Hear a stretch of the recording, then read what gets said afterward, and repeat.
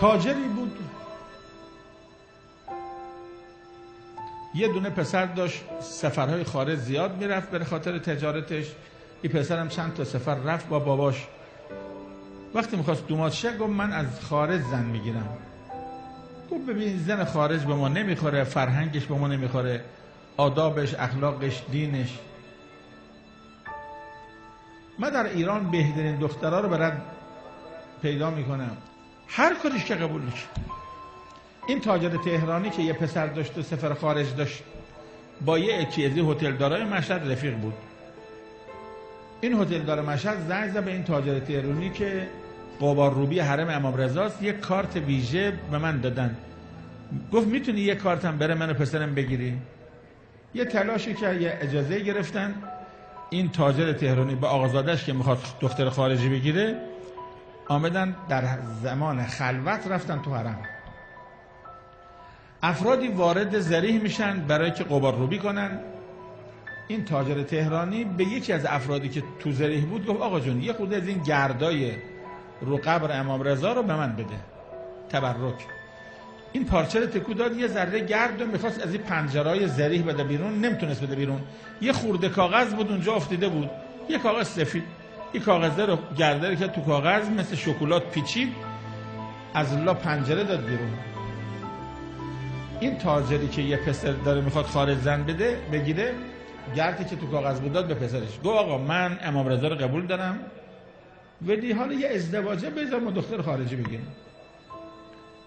دید نه، این امام رضا و گرد امام رضا هم کاری نکرد. گفت یا امام رضا دیگه چه کنم، من یه پسر دارم میخواد بره خارج دومات شه، به تو متوسل شد. این پسر گرد و گذاشت جیبش و رفت تو خونه. گفت حالا یه نگاهی به خاکه بکنیم.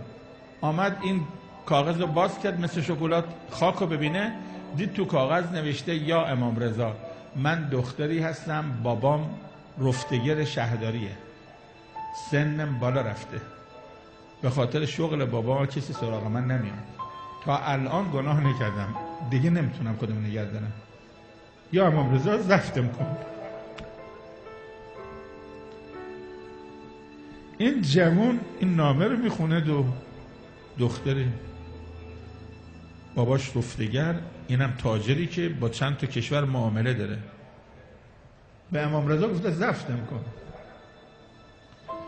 این پسر تاجر گفت که بابا جون بریم ببینیم دختره کیه. گفت حالا دختره هر کی میخواد باشه، تو اینو میگیری؟ گفت من میگیرمش. گفت آخه شکلش دیدی، زبونش دیدی، رفتگر باباش شغلش ضعیفه. گفت حالا شما چه کار داری؟ این بابام از بس علاقه داشت که پسرش ایران دومات شه، گفت بریم اصلا زنده مرده هست نیست. رفتن تو شهرداری از کامپیوتر اسم و آدرس پیدا کردن، رفتن درخونش با چه ماشینی در زدن. این بنده خدا رفتگر استراحت میکرد، بیدار شد. گفت شما آقای فلانی هستی؟ بله. شما دختر دارید تو خونه؟ نگاه کرد گفت بله.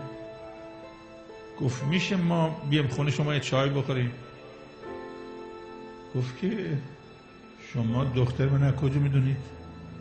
کی شما رو فرستیده؟ گفت کی فرستیده بعد معلوم میشه، بعد معلوم میشه کی فرستیده. پدره گفت شاید اینا از صدا و سیما اومدن فیلم بسازن. گفتن آقا اومدید شما فیلم بسازید؟ گفت نه ما فیلم ساز نیستیم. به عنوان متلک به دخترش میگه خواستگار نیومد، حالا که اومده با برز 80 میلیونی یا 100 میلیونی مثلا اومده. اینا هم میگن چیه قصه؟ میاد تو خونه چای میخورن، دختره میاد از راست پسره رد شه که ببینه کیه این. تا پسره به دختره نگاه میکنه میگه من همینو میخوام.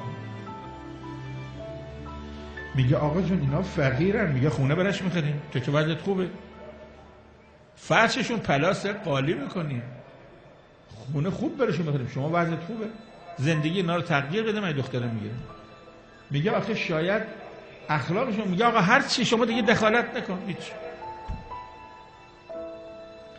عقل میکنه نو. دختره هنوز باور نمیکنه. یه روز به پسره میگه راستشو بود، تو رو خدا منو میخوام. میگم والله تو رو میخوام، تو رو خدا منو دوست داری؟ والله تو رو دوست دارم. میگه راستشو بگو کی تو رو فرستید در خونه ما؟ میگه این کاغذ.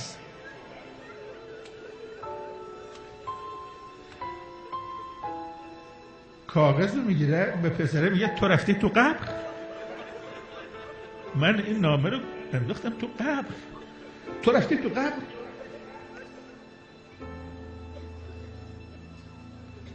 ما اگر بدونیم چقدر اینا منو دوست دارن، امام زمان فرمود من روزی 100 بار به شما دعا میکنم.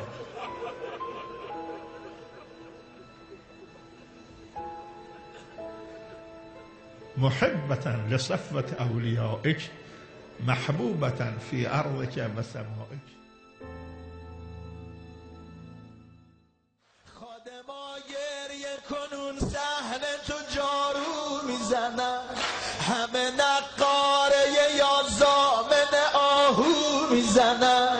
یکی بین ازدهام میگه کربلا میخوام، یکی میبنده دخیل بچم مریضه به خدا برام عزیزه به خدا بچم مریضه به خدا.